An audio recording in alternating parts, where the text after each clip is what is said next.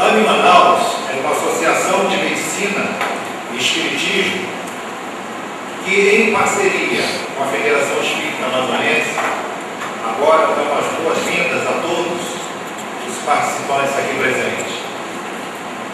A AME Manaus é formada por um grupo de profissionais médicos e de áreas afins que se dedicam a estudar as obras básicas kardecianas, os livros ditados pelo espírito André Luiz e outros autores que contribuem para o novo paradigma médico-espírita.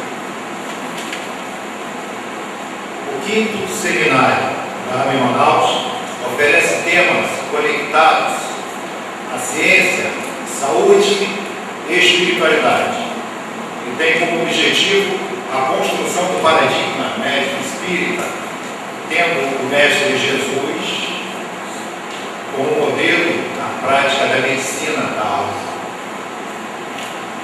Joana de Ângeles nos avisa: a verdadeira saúde não se restringe apenas à harmonia e ao funcionamento dos órgãos, possuindo maior extensão que abrange a serenidade íntima, o equilíbrio emocional e as aspirações estéticas, artísticas, culturais e religiosas.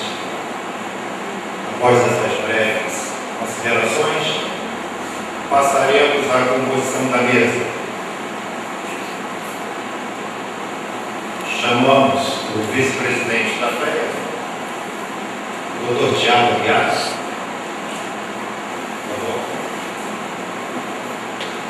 Chamamos a presidente da AME Manaus, doutora Rose Lima. Chamamos também nossos palestrantes, doutor Luiz Henrique, médico psiquiatra, trabalhador do Centro Espírita Elite Santa Luz, e o doutor Arteiro, médico cirurgião, estudante da FAC, membro ativo da AME Manaus.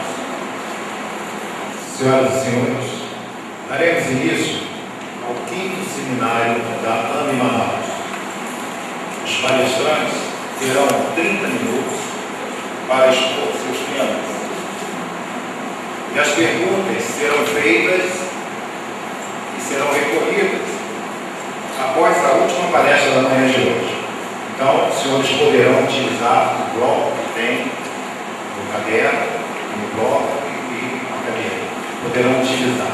Poderão também, se não quiserem assim fazer seus questionamentos a viva voz. As perguntas poderão ser feitas no microfone. O suicídio não consiste somente no ato voluntário que o produz a morte instantânea, mas em tudo quanto se faça conscientemente para apressar a extinção das forças vitais. E para falar dos aspectos médicos e espirituais do suicídio, chamamos o Dr. Luiz Henrique, médico psiquiatra, diretor do Departamento de Mediunidade do Centro Espírita Eurípides Barçanufo. Doutor, por favor.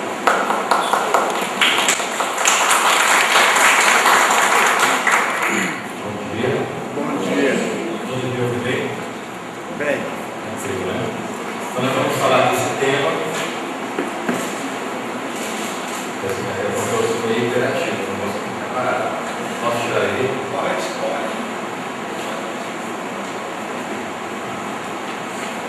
Psiquiatra falando que é interativo, né? Já dá um dedinho, né? Mas vamos lá. A gente vai tentar condensar informações de caráter científico, médico, e algumas informações que a gente chama de ciência espírita. É difícil tratar a doutrina espírita de forma seccional, evangélica, filosófica e científica, porque tudo é científico, tudo é filosófico e tudo é evangélico, tá? As coisas se interpenetram. Então nós vamos passar aqui algumas informações a respeito do tema suicídio, de acordo com o que a ciência médica tem apresentado. Então, em 2012, cerca de 840 164 mil pessoas cometeram suicídio em todo o mundo, 30 por dia no Brasil. Esses dados são alarmantes, né? Mas se a gente for comparar, por exemplo, com morte por acidente de trabalho no mundo, isso daqui é muito pequeno. Cerca de 2,5 milhões de pessoas morrem por acidente de trabalho no mundo todo ano. 804 mil parece pouco, né? Mas e se fosse uma só por ano? Suicídio, seria muito ou seria pouco? Seria muito. Uma vida que se vai, pelo suicídio é muito. E isso deve ser motivo de preocupação tanto médica quanto espírita. A vida em si não tem o valor pela quantidade de pessoas que morrem, mas a vida na sua unidade tem valor. Cerca de 60 pessoas são intimamente afetadas quando alguém comete suicídio. E a gente vai levar em consideração familiares, levar em consideração vizinhos, colegas de trabalho. E é engraçado porque quando a gente fala dessas palestras em ambiente de empresas, quando a gente pergunta quais são as pessoas afetadas, via de regra, a resposta é essa: a família, os amigos, os colegas de trabalho. Os colegas de trabalho não são nem amigos nem são da família, uma categoria à parte. E curiosamente, os colegas de trabalho são os que mais convivem com a gente. Daí a razão pela qual o trabalho acaba sendo visto não como uma fonte de prazer, mas como fonte de sofrimento e adoecimento. Então, na medida que a gente transforma o nosso trabalho em algo prazeroso, e aí somos nós que vamos fazer o prazeroso, não é a atividade em si que vai nos tornar felizes, mas é a felicidade de fazer aquilo que vai fazer com que o trabalho seja bom. Na medida que a gente muda o nosso ponto de vista a respeito do trabalho, ele passa a ser um trabalho agradável. Pode ter a pessoa maldosa, pode ter os comentários maliciosos que vêm da parte de qualquer um, seja o chefe que alicia, seja as discussões, ou mesmo as metas, às vezes inalcançáveis a serem batidas, a pessoa consegue passar pelas suas dificuldades de trabalho com tranquilidade e continuar sentindo-se feliz naquela atividade, né?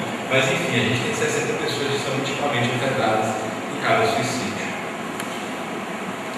O Brasil é o 8º em número absoluto de suicídio. Para nós, esse ranking não deve ser motivo de alegria, muito menos de tristeza.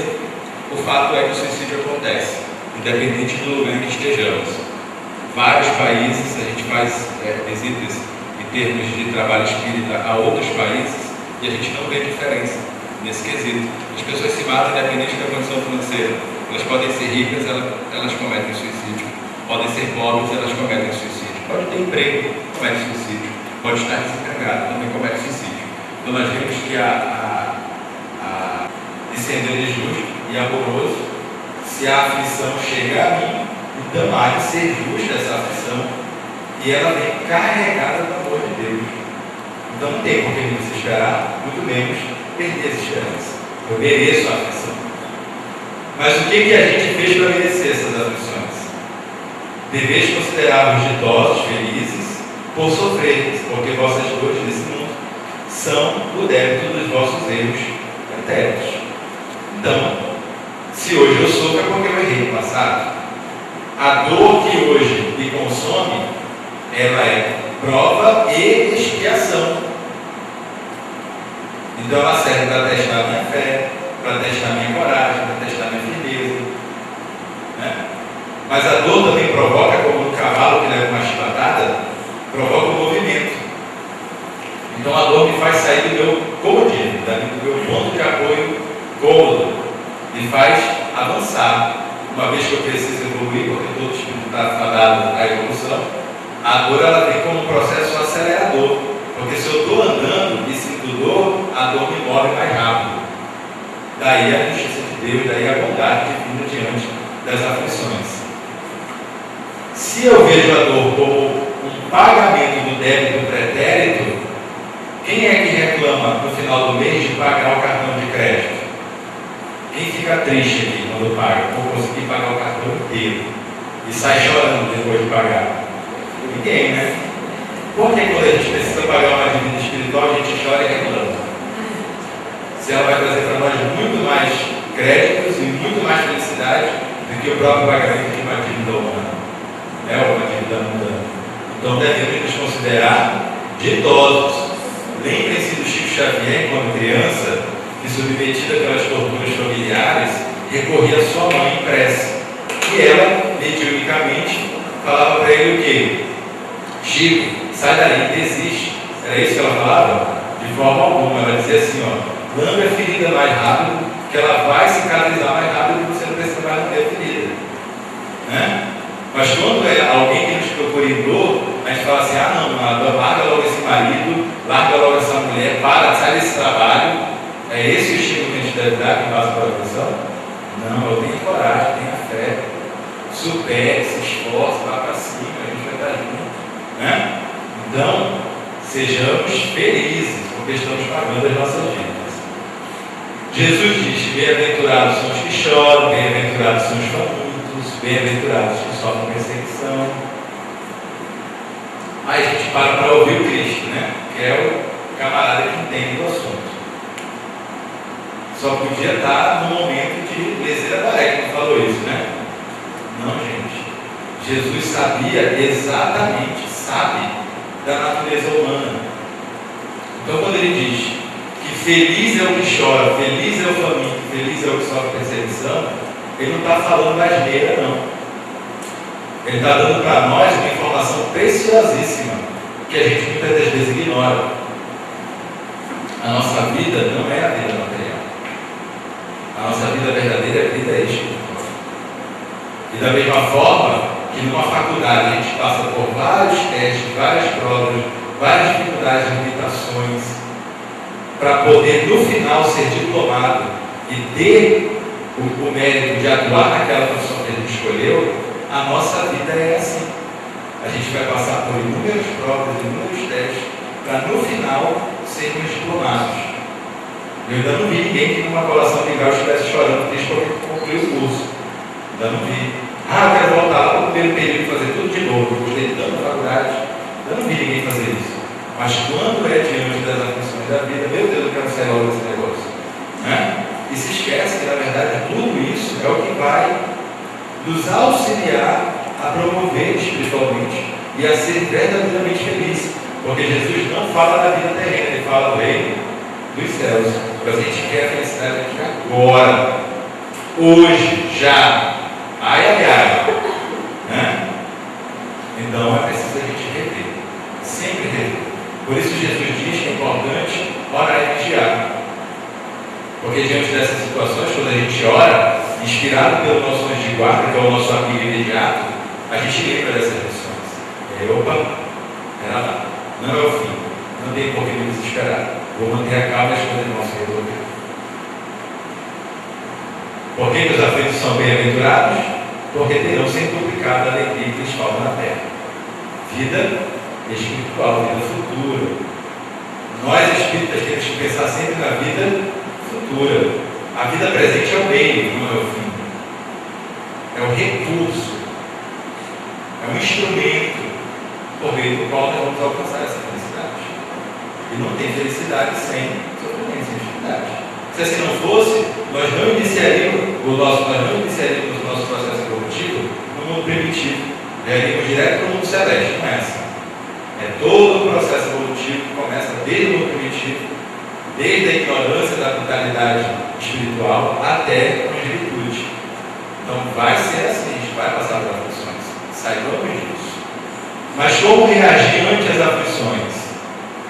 O ser humano pode suavizar ou recrudescer o amargor de suas provas, segundo a maneira pela qual analisa a vida terrena. Então, dependendo de como eu observo a minha vida, como eu observo uma dor, um sofrimento, uma dificuldade, uma aflição, eu posso sofrer mais ou não sofrer. Mas depende da forma como eu encaro isso. Um exercício simples. Se uma pessoa dá um tapa no seu rosto, como você reage? A resposta quase todo mundo fala: depende de quem me bateu. Né? E é verdade. Porque depende de quem me bateu, você vai analisar de uma forma diferente. Entendeu?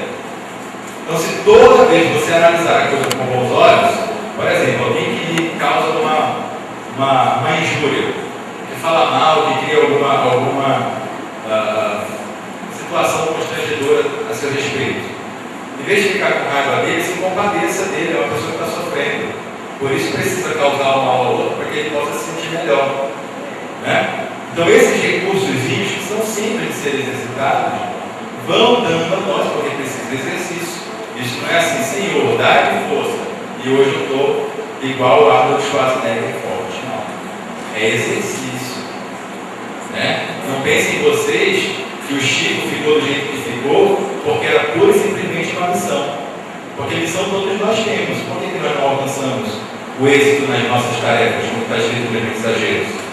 Porque nós desistimos da missão. Porque quando vem o preparo para a missão que nós abraçamos, a gente abandona. O Chico não abandonou, o Chico abraçou, passou pelas dificuldades, pelos sofrimentos, com o apoio do espiritual do anjo protetor dele, mas a gente esquece do nosso anjo protetor e, óbvio, a gente vai sair do nosso caminho missionário. Então a gente precisa se lembrar disso, que todos nós temos uma missão e uma tarefa. Mas para que a gente possa alcançar, precisa analisar a vida de forma diferente. Como é que a gente deve analisar então? Ter fé que nos eleve acima do mundo material. Então as coisas que acontecem do ponto de vista material são apenas do ponto de vista material. Mas o meu ponto de vista tem que ser um ponto de vista espiritual, que está acima da matéria. E quando eu consigo aplicar esse ponto de vista a tudo aquilo que me acontece, o sofrimento não é mais o sofrimento. A aflição continua acontecendo, porque a aflição e o sofrimento são duas coisas diferentes. A aflição é a dor que eu preciso sentir. O sofrimento é a opção que eu tenho diante dessa dor e dessa aflição. Porque, como a gente viu há pouco, a depender de como eu analiso essa aflição, eu posso suavizar ou recrudescer o amargor íntimo. Então, pela forma como eu analiso a dor que eu sinto, a aflição que me abate, eu posso me manter tranquilo, equilibrado e talvez nem chorar e nem sofrer. Mas isso é uma coisa assim instantânea? Não, é exercício. Quando começa esse exercício? A partir de quando?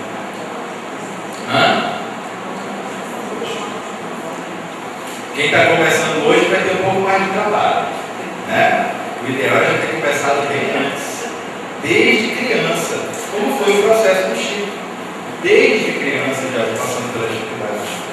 Mas nós, como pais e mães, muitas das vezes, quando é o nosso filho que está passando pela dor, ninguém age como a Maria mãe dele, né? Ah, mas por que o menino lhe bateu, meu filho? Por que o colega está lhe chamando assim? Não aceite não. Em vez de ensinar o menino a já passar pela dor, pela aflição, olhando a vida de forma espiritual, a gente alimenta nele as vicissitudes da alma, né? As paixões mundanas, criando para ele um fundo ilusório de que tudo ele vai obter se ele chorar e se jogar no chão. Não, meu filho, não chore, não, está aqui no seu brinquedo, pronto, seja feliz. Mas na prova do vestibular, se ele não passar, não adianta ir lá na reitoria chorar, se jogar no chão, brigar com o reitor, que o reitor não vai dizer, tá bom, está aqui sua vaga de medicina, dá certo. Isso não vai acontecer. Muito menos num concurso público ou numa disputa de emprego. Não adianta ele se chorar, se debater, que não vão dar vaga de emprego para ele. Então é preciso ensinar a criança. É preciso ensinar essa criança desde criança. E nós, a partir de agora, se é a partir de agora, nunca é tarde para começar, o processo evolutivo é contínuo, né? Passemos a ter a vida também dessa forma. Mas mesmo passando por todos esses ensinamentos evangélicos, a criatura cometeu suicídio. Vocês sabiam que espírita comete suicídio também? Vocês sabiam que espírita aborta também? Também. Isso é um problema, é um mal? É uma circunstância. Nós somos espíritos em evolução. É natural que falhemos, como todos nós aqui cometemos agora. Estamos passando hoje pela aflição decorrente dos débitos do passado. Então nós talvez tenhamos sido espíritas em outras vidas e cometemos erros. Estamos hoje aflitos, né? Passando pelas dificuldades com vistas a quitar o débito do passado. Nós estamos aí em processo evolutivo, somos espíritos inferiores. Muitas vezes vamos ter dificuldades e não vamos suportá-las, né? Mas é importante exercitar para quando a aflição chegar, estar mais ou menos preparado, né? Mesmo assim, essa criatura comete suicídio. A morte é o fim? Não. De nada nos serviria, portanto, qualquer esforço do sofrimento das paixões, de fadiga para nos ilustrarmos, de devotamento à causa do progresso.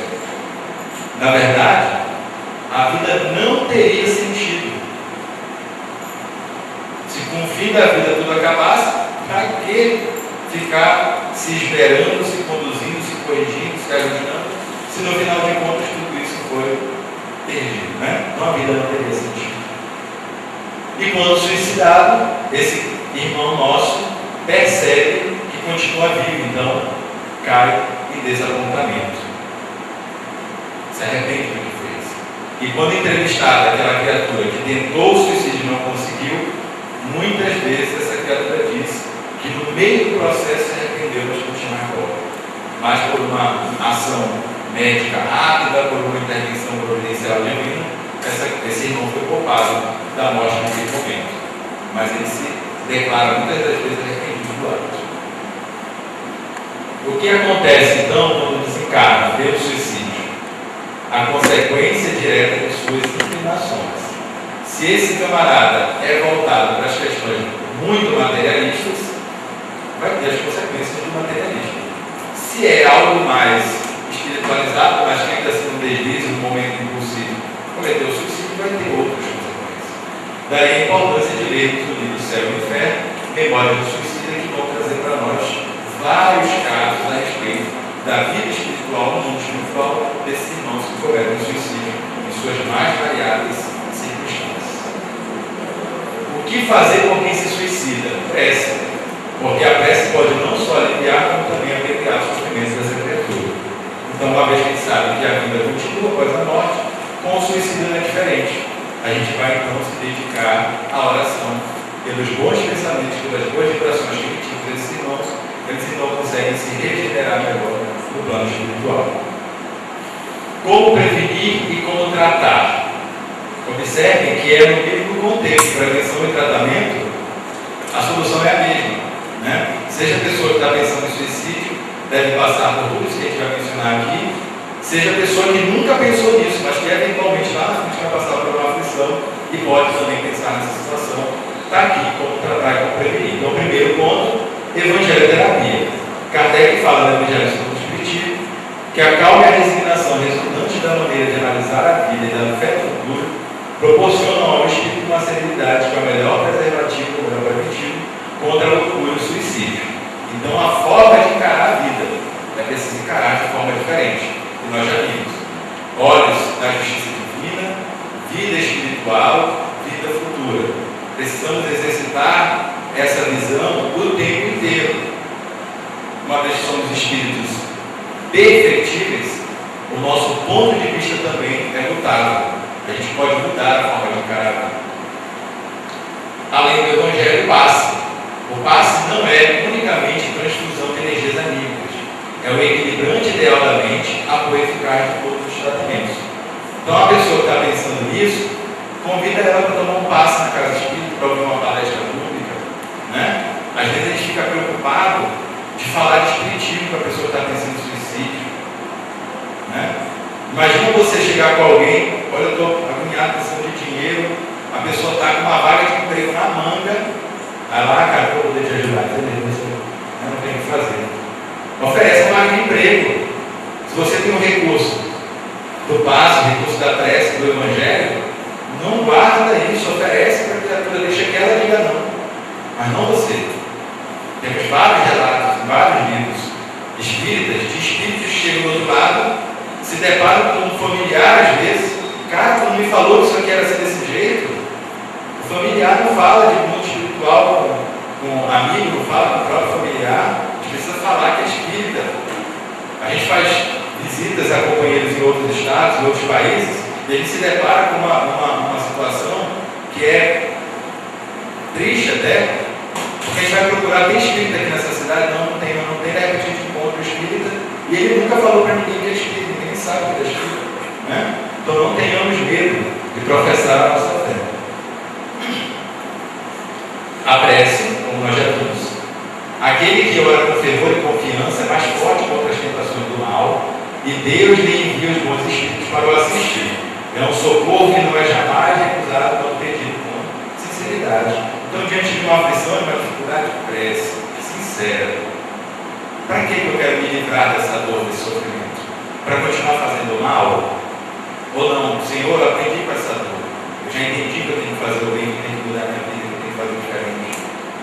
dar a oportunidade de corrigir meu erro. Tem que ser com sinceridade. O que mais? Autoconhecimento. Reforma íntima deve ser considerada como melhoria de nós mesmos e não a atuação de uma parte de nós considerada ruim.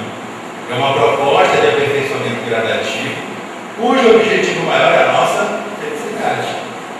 Então, mudar o ponto de vista significa mudar o nosso íntimo, é exercitar a humildade. Agora, como é que eu exercito a humildade? Não tem outro jeito, ela não descobriu outra forma que não seja sendo humilhado. Alguém já viu outra forma de exercitar a humildade que não seja dessa forma? Porque quando alguém me ofende e eu me sinto humilhado, essa ofensa para mim é a humilhação.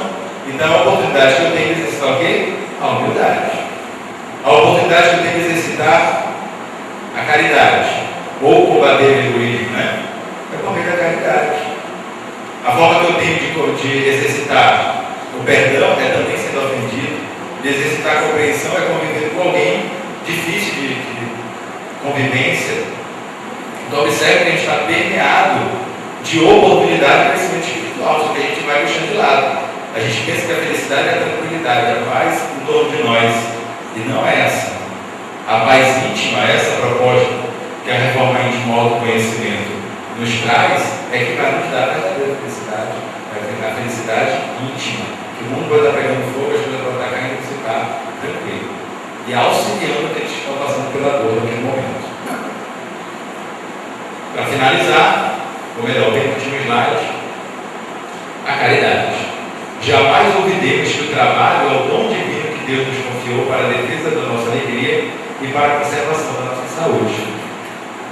Então, quando a gente quiser felicidade e saúde, a gente deve se colocar à disposição do trabalho. Trabalhemos, façamos o bem. Né? Por meio da caridade, nós vamos ser felizes, alegres e saudáveis. Engraçado que no aniversário de todo mundo a gente fala assim, ó, saúde e felicidade, né? Está oferecendo para a pessoa o quê? Trabalho. Vai trabalhar, que você vai ter saúde e felicidade, né? E para concluir, concluímos com Jesus, que é a nossa referência. No mundo tereis aflições, mas tem bom ânimo, eu venci o mundo. Se é o caminho, a verdade e a vida, então recorramos ao Cristo. E lembremos que ele disse que tudo aquilo que fizéssemos a um dos mais pequenos, era ele que estaríamos fazendo. Então nós nos aproximamos do Cristo quando nos aproximamos do próximo. Tenham todos um bom dia, aproveitem o seminário, que essas informações não se restringam aos seus corações e aos seus pensamentos, que isso seja levado ao núcleo de trabalho, ao núcleo familiar, e que possamos contribuir para a redução do suicídio que ainda assola o nosso planeta. Muita paz a todos e muito obrigado.